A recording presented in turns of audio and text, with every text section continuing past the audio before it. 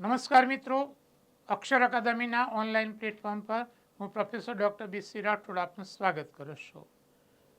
અંગ્રેજીમાં વિદ્યાર્થીઓનો સારો દેખાવ થાય, સ્પર્ધાત્મક પરીક્ષામાં ગ્રામરમાં સારું સ્કોરિંગ થાય, એટલા માટે આપણે અંગ્રેજી વ્યાકરણના નિયમો જોઈએ છે.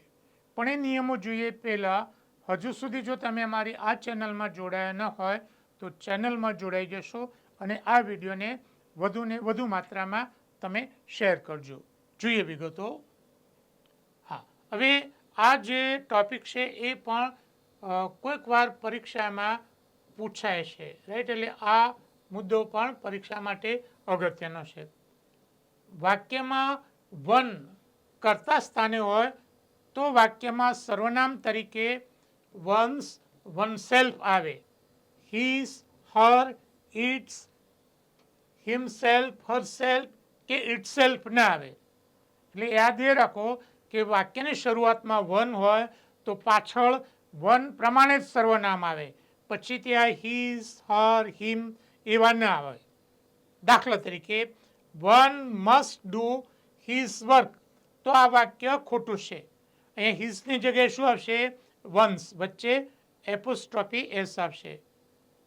વ્યક્તિએ તેનું કામ કરવું જોઈએ. One must be honest two himself, તો અહીંયા હિમસેલ્ફ ના આવે, કારણ કે વન છે તો શું આવશે? વન સેલ્ફ આવે. One must be honest two one self. એટલે આ મુદ્દો છે, તમે ધ્યાનમાં રાખો, ઘણી વખતે પરીક્ષામાં તે પૂછાય છે. જોઈએ એના પછીનો નિયમ. હા મિત્રો, અહીંયા લાઈક અને એઝ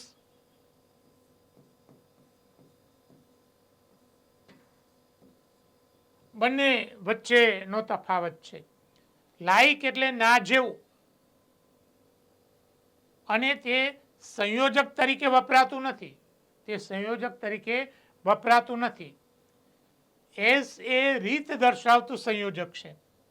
એટલે એઝ અને લાઈકની જે બંને જે છે એ શેડભેડ ન થઈ જાય એ માટે તમે ધ્યાનમાં રાખો.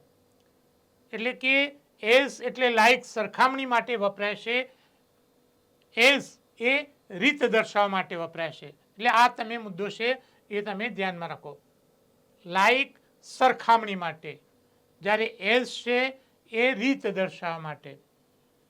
દાખલા તરીકે do like as you are told, આ ખોટું છે, કારણ કે રીત.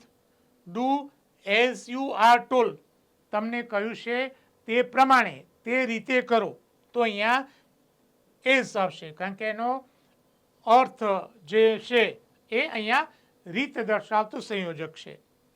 હી ફોટ એઝ અ લાયન, તે સિંહની જેમ લડ્યો, તો અહીંયા એઝ નહીં આવે, પણ શું આવશે? લાઈક આવશે. હી ફોટ લાઈક એ લાયન, તે સિંહની જેમ લડ્યો, સિંહની માફક. એટલે કે અહીંયા સરખામણી છે, પેલામાં રીત દર્શાવે છે. એટલે આ મુદ્દો છે, ધ્યાનમાં રાખો. પરીક્ષાની તૈયારી માટે વ્યાકરણના અમારા બે ખૂબ મહત્વના પુસ્તકો છે. A comprehensive English grammar and composition. બીજું પુસ્તક છે golden rules of English grammar. અને ત્રીજું પુસ્તક એ વોકેબ્યુલરી માટે છે, easy way to learn difficult words. ત્રણેય પુસ્તકો અકાદમી પર ઉપલબ્ધ છે.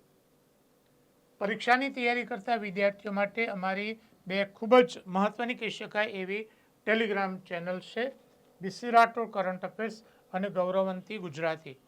હજુ સુધી જો તમે અમારી આ બંને ટેલિગ્રામ ચેનલમાં જોડાયા ન હોય તો એમાં જોડાઈ જવા વિનંતી છે. વધુમાં અમે અમારું મેટર ઇન્સ્ટાગ્રામ અને ટ્વિટર ઉપર શેર કરીએ છીએ, તો અમારા બંને પ્લેટફોર્મને ફોલો કરવા વિનંતી છે. વધુમાં આજનો આ વિડીયો આપને પસંદ આવ્યો હોય તો એને લાઈક કરીને શેર કરવાનું ભૂલતા નહીં. અને હજુ સુધી જો તમે અમારી આ ચેનલમાં જોડાયા નથી તો એમાં જોડાઈ જશો. અને હા, બેલ આઇકોનને ચાલુ કરવાનું ભૂલતા નહીં.